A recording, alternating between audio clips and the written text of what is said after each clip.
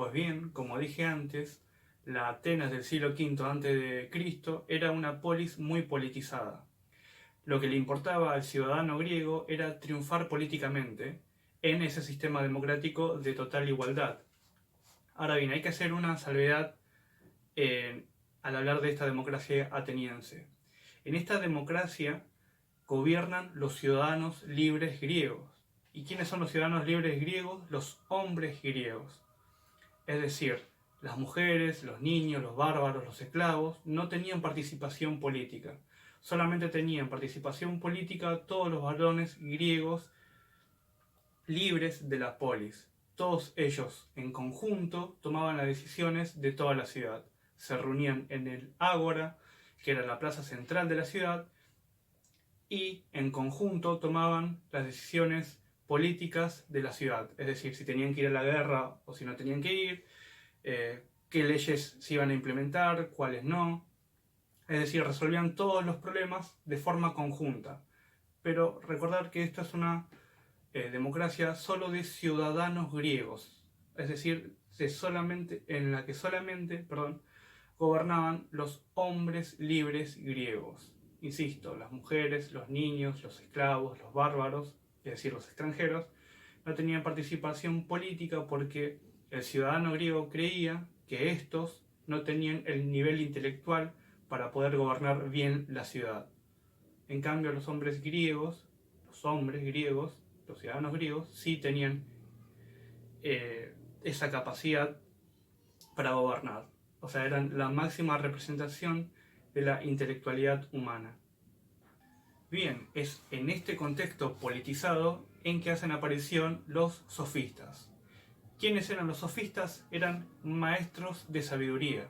Eso significa sofistas en griego, o sea, viene de la palabra sofistes, que significa maestro de sabiduría.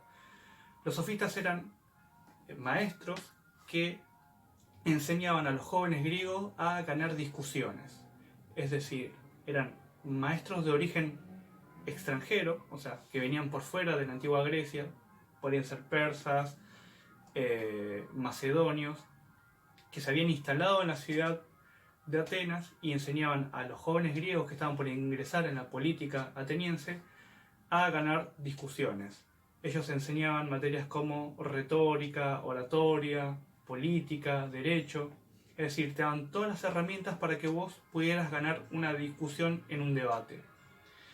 Y ustedes se pueden preguntar, ¿para qué servía esto? Pues, como expliqué antes, en el ágora, cuando se juntaban a discutir acerca de las problemáticas de la ciudad y de cómo se iba a gobernar, ganar una discusión era sinónimo de tener éxito social.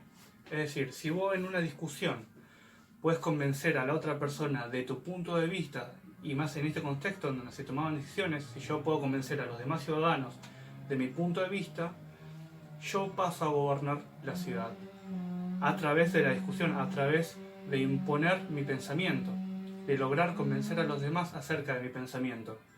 Y lo que venían a hacer los sofistas era demostrar que cualquier punto de vista se puede hacer el más fuerte. O sea, el argumento más débil se puede transformar en el más fuerte. La verdad de uno se puede transformar en la verdad de todos. Y ellos entienden que la verdad es eso, es la verdad de mayorías. Algo se transforma en verdadero cuando la mayoría de las personas creen en eso. Entonces lo que tiene que hacer uno es tratar de convencer a la mayor cantidad de personas de lo que uno cree. Y en este ámbito politizado de la Atenas del siglo V a.C., que yo logre convencer a los demás ciudadanos de mi punto de vista significa gobernar la ciudad bajo mi punto de vista. Los sofistas eran maestros itinerantes, eran maestros viajeros. Ellos habían estado en muchos lugares y se daban cuenta que no solamente el lenguaje cambiaba, sino que también cambiaban las leyes, las costumbres, las culturas.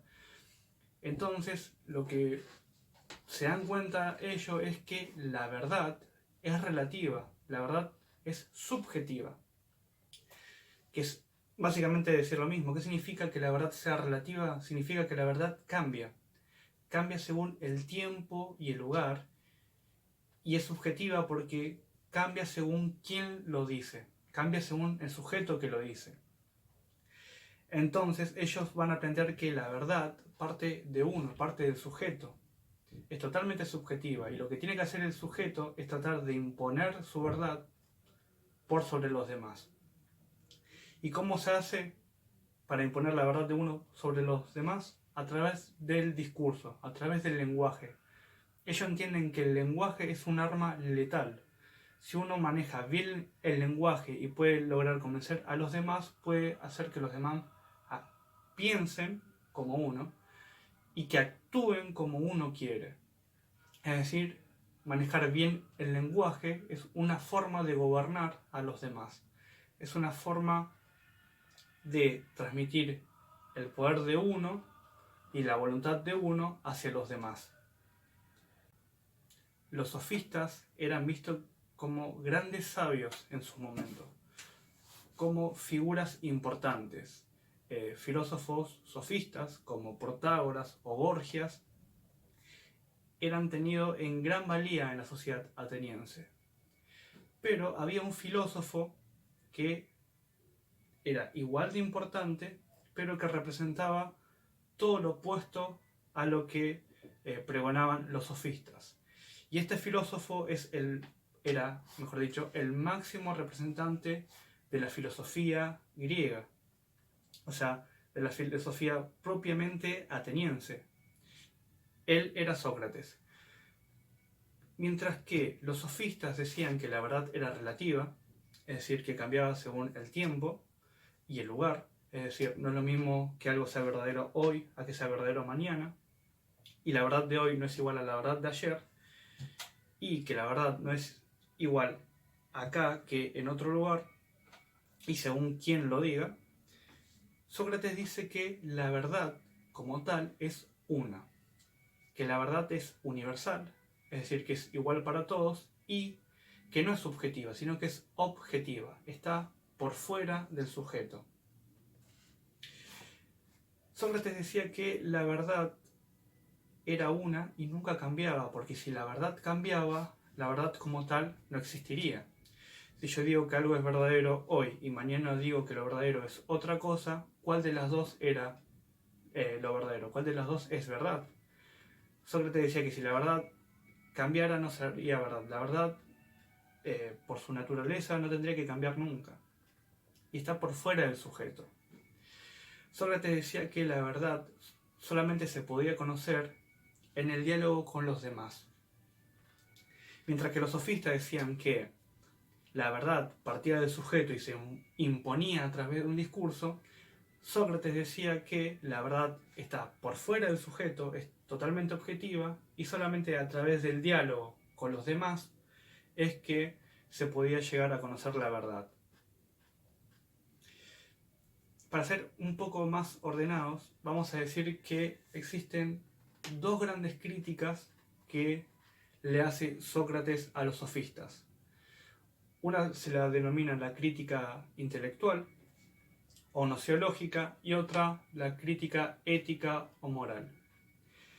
En la crítica intelectual es esta que estábamos hablando, en la que Sócrates dice que la verdad no cambia, que es universal y que está por fuera del sujeto, mientras que los sofistas sostenían que la verdad es subjetiva, partida del sujeto, y es relativa, o sea que cambia según el tiempo y el lugar. Esa es la crítica nociológica o intelectual, o sea, la crítica que está referida a cómo Sócrates y los sofistas entienden a la verdad. Perdón, y me olvidaba. Y que Sócrates decía que a la verdad se llega a través del diálogo, mientras que los sofistas decían que la verdad se impone a través de un discurso. La otra crítica es la crítica moral o ética, en la que Sócrates dice que el saber no es algo con lo que se puede comerciar. Sócrates a sus discípulos le enseñaba de forma gratuita, no les cobraba por dictar sus clases, y lo hacía de forma pública.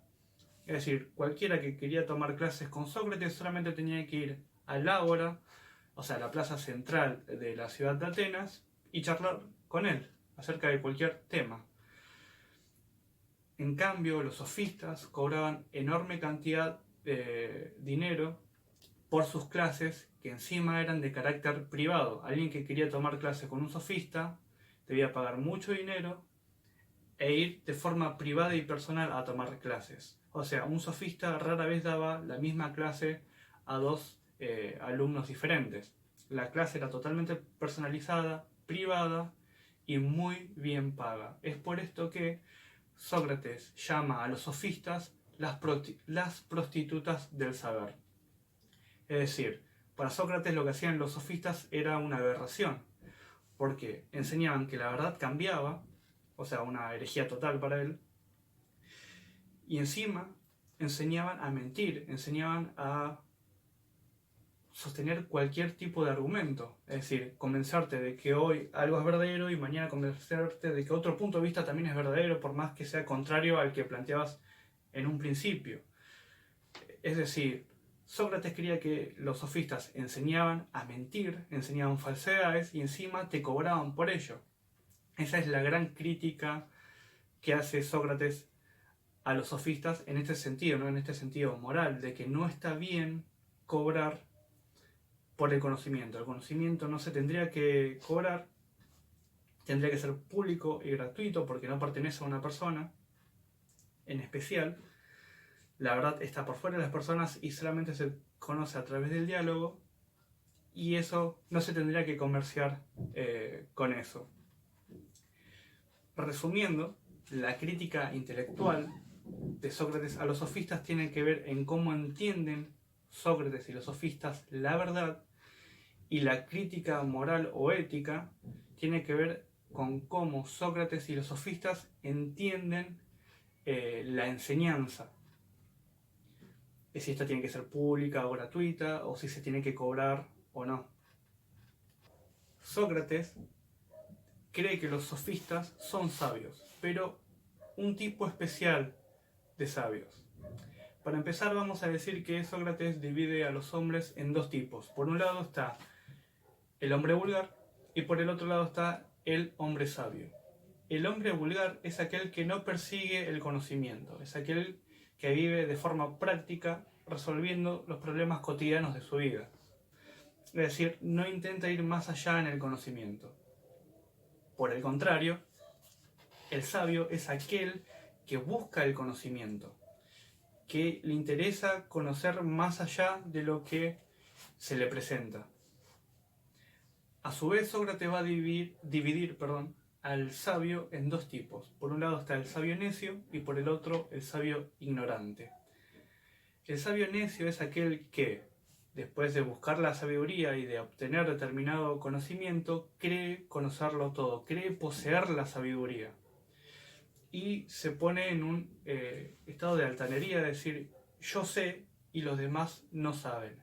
Entonces yo voy a iluminar a los demás, yo voy a enseñarle el camino a los demás hacia el conocimiento. Yo poseo la sabiduría. Eso sería un sabio necio. El sabio ignorante, por el contrario, es aquel que entiende que la sabiduría nunca puede ser abarcada por una persona. Siempre hay algo nuevo por conocer. Siempre uno está limitado en cuanto a la sabiduría.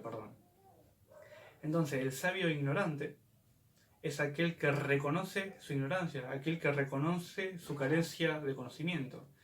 Y como reconoce su carencia de conocimiento, es que desea el conocimiento. Con esto volvemos a conceptos que vimos en clases anteriores, como en la del filósofo en el primer sentido de la palabra filosofía. El filósofo desea la sabiduría porque no la tiene. El sabio ignorante busca la sabiduría porque reconoce su propia ignorancia. En este sentido, Sócrates va a decir que los sofistas son sabios, pero que son sabios necios, sabios que creen tener el conocimiento cabal, perfecto, acerca de algo, y se creen con la capacidad y la autoridad para enseñársela a los demás. Mientras que él, Sócrates, a sí mismo se reconoce como un sabio ignorante, alguien que no lo conoce todo y que como no lo conoce todo intenta llegar a la sabiduría, intenta saber más. Su frase más conocida es: solo sé que no sé nada.